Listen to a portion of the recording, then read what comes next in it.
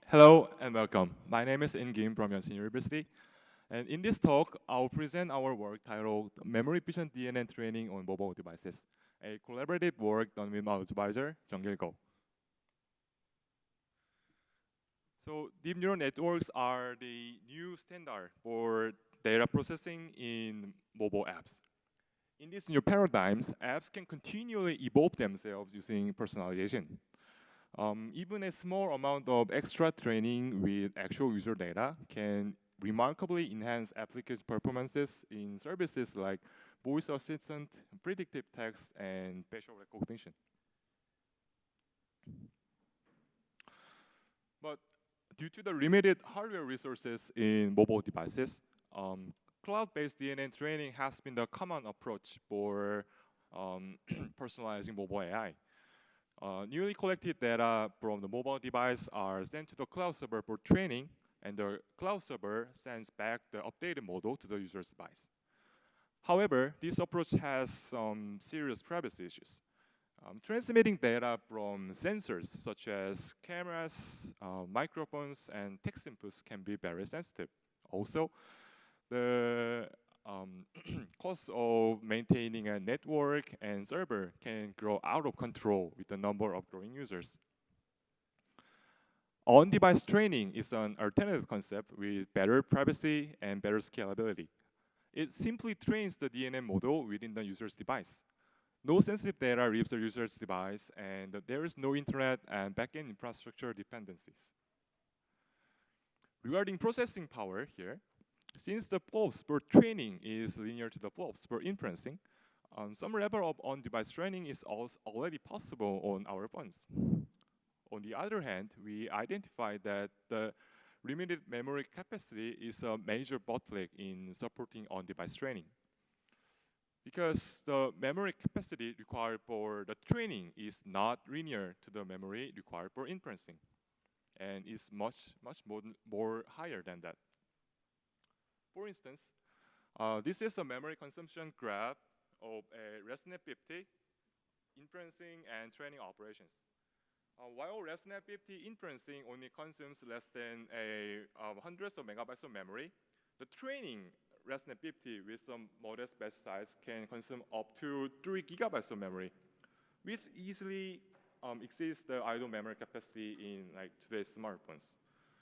We refer to this phenomenon as the memory blowup problem. So let's look into why this happens.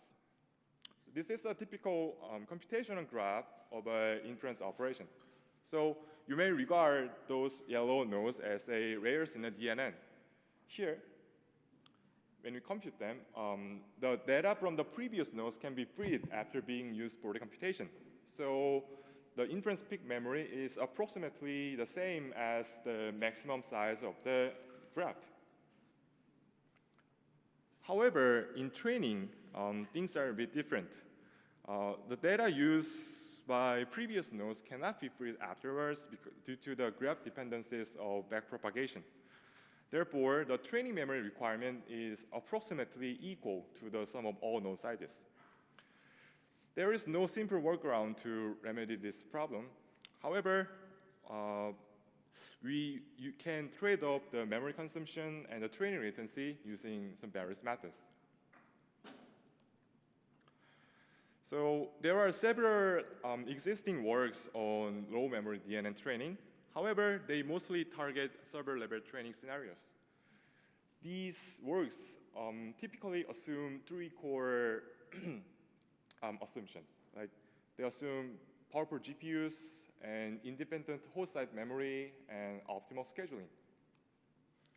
However, in mobile devices, we have low power GPUs and unified memory architecture where the CPU and the GPU share the same physical memory, and the computing environment itself is highly heterogeneous and unpredictable.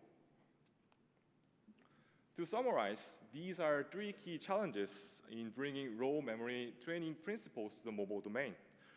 First, limited computation capabilities. Second, heterogeneous device and environment. And third, scarce and dynamic memory budgets.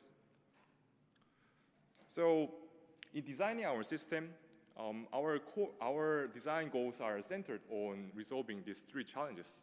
So first, because mobile GPUs and server GPUs have very different computation capabilities, we evaluated the memory reduction strategies in the mobile domain, and we implemented memory reduction strategies in a way that the latency in mobile hardware is minimized. Second, we determined the memory optimization strategy at runtime. Due to the device heterogeneity and of mobile platforms, it is usually impractical to target specific memory budget or the hardware. Even the same smartphones can have different memory capacity and the operation profiling results depending on the user. Lastly, we design an adaptive algorithm to cope with memory budget dynamics on mobile hardware. Most mobile SoCs have a unified memory architecture where the fluctuations in CPU memory can affect the available GPU memory. So our work, SAGE, attempts to find a practical balance of memory consumption and training latency by addressing the aforementioned three challenges. SAGE achieves a maximum of 20 times reduction in memory consumption while maintaining a practical throughput performance. And our framework also supports the state-of-the-art on-device training. SAGE incorporates 4 fundamental memory optimization methods together, where 2 methods reduce the computation graph complexity and the other 2 optimize the graph evaluation algorithm. So let's conceptualize the computation graph using a 2D grid. Here, y-axis represents a layers in a model, and the x-axis corresponds to the batch size.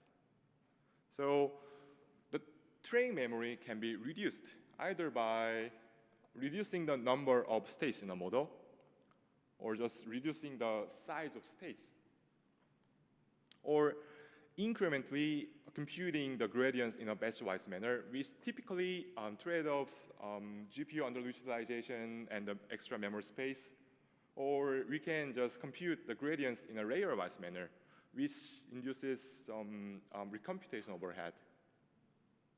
So let's start with reducing the number of states in a training graph. Given a DNN model, SAGE first generates a training graph where gradients exist as a separate nodes in a graph. This design allows subsequent graph-level optimizations to take place on the training graph. Then the operator fusion takes place. The 2 adjacent nodes are fusible if they can be executed as a single GPU kernel, such as adjacent arithmetic operators or the activation functions. So operator here, the app and G, are fused to app-G. For some models we experimented in our work, we noticed that the operator fusion not only reduces the peak memory, but also the training latency by eliminating memory IOs between the adjacent operators. Unfortunately, backpropagation causes complex dependencies between the nodes in the training graph. And we are still seeing a large number of nodes that cannot be fused together because of the dependencies.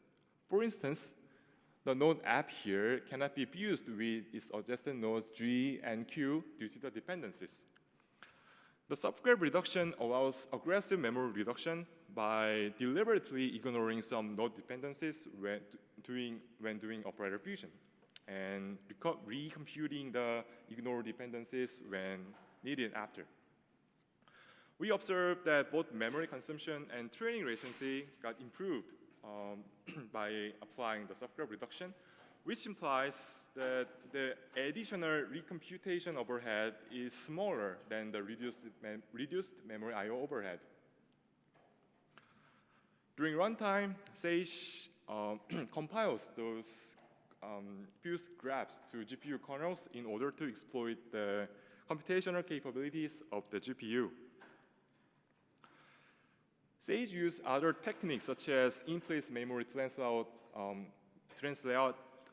in-place memory layout translations or direct memory operators to reduce the gradient size itself. Due to the lack of time, please refer to our paper for more details on this scheme. Let's move on to the runtime management scheme in Sage. Dynamic gradient accumulation saves memory by adaptively choosing the micro batch size. Starting from the original batch size, dynamic gradient accumulation adjusts the micro batch size iteratively when running out of available memory. The computed gradients are accumulated until the full batch gradient is retrieved. The final component in Sage's runtime memory management scheme is called dynamic gradient checkpointing, or DGC. When there is no memory left, DGC iteratively binds and evicts the memory of nodes with the smallest value heuristics to acquire memory space. We evaluate this heuristic using the computational cost per memory bit, and the evicted data is recomputed when after needed for computation. So the dynamic gradient checkpointing and dynamic gradient accumulation can adapt to model training memory to the available runtime memory budget in orthogonal dimensions, one in the batch-wise manner and the other in the array-wise manner. To enable DNN training under the extreme memory budget while preserving a practical training throughput, we integrate these two approaches together. Then, how should we put these two approaches together? We noticed that due to the limited parallelism on mobile GPUs, the overhead of applying dynamic gradient accumulation is minimal until the micro batch size becomes small enough. To illustrate, we conducted simulations based on two extreme computing conditions, one with a single core environment, as you can see in the left graph, and the one with the unlimited cores, as presented on the right. The x-axis here is the memory budget, and the y-axis represents a training throughput. Gradient accumulation performs better in single-core simulations, whereas gradient checkpointing outperforms the gradient accumulation when there are abundant computation resources. So, in integrating these two concepts together, considering the capabilities of mobile GPUs, we take a very simple strategy of exploiting gradient accumulation first until it starts to degrade the training throughput and apply gradient checkpointing. We validate our hypothesis on 3 GPU hardware: Samsung Galaxy S10, Galaxy Note 20, and NVIDIA RTX 3090. S10 and Note 20 show similar performance trends as the similar results with a single core environment. Our hybrid strategy first employs DGA until the overhead reaches a significant level, as denoted as a tipping point. If the available memory is below the tipping point, DGC is employed afterwards. As we show in our evaluations, this simple strategy outperforms all other options. On the other hand, this approach cannot be applied to server-level GPUs. The RTX 3090 performs similarly as the ideal computing environments with unlimited cores. In this case, our hybrid strategy is just the same as DGC because there's no tipping point, as DGC always outperforms DGA at the beginning. So far, Sage integrated 4 optimization approaches together. This graph shows the memory reduction effects when each method is applied individually. Optimizing graph evaluation algorithms such as DGC or DGA have a high share in achieving memory reduction here. Our algorithm design naturally enables runtime adaptation to the varying memory budget. As the last part of our evaluations, we take a configuration where local GPUs train a Resnet 50 with varying amounts of runtime memory. The yellow line here indicates the runtime memory budget. The dark blue line here indicates Sage's runtime memory usage. When it first meets a memory wall, the dynamic gradient accumulation is triggered, and the micro batch size is reduced from 32 and 20. And in the next memory wall, it is reduced from 20 to 14. Here, the 14 is the micro batch size that causes a GPU underutilization. So it's a tipping point. Thus, the dynamic gradient checkpointing is applied afterwards when there is a memory shortage here. Due to the lack of time, we only introduce a subset of experiments we have done to validate our system. Please refer to our paper for more experimental results. To summarize, using our experiences in designing and validating Sage, we would like to share 4 core insights for effectively supporting on-device training on mobile devices. First, low computation power, device heterogeneity, and dynamic memory budgets must be taken into account for achieving low memory on-device training. Second, graph level optimizations can reduce both training latency and memory requirements. Third, a hybrid approach to manage runtime memory is essential. And given the limited parallelism of mobile GPUs, prioritizing gradient accumulation is recommended. And the last, we show that Sage enables the training of complex state-of-the-art DNN models within a reasonable amount of time. We believe that the consequences of the on-device training is significant. A mobile device can lessen its dependency on powerful CPUs and stable internet connections. And privacy-sensitive data can remain inside of the user's device, while the device can fully enjoy the capabilities of precise and personalized neural networks. Thank you, and I'll be happy to take any questions.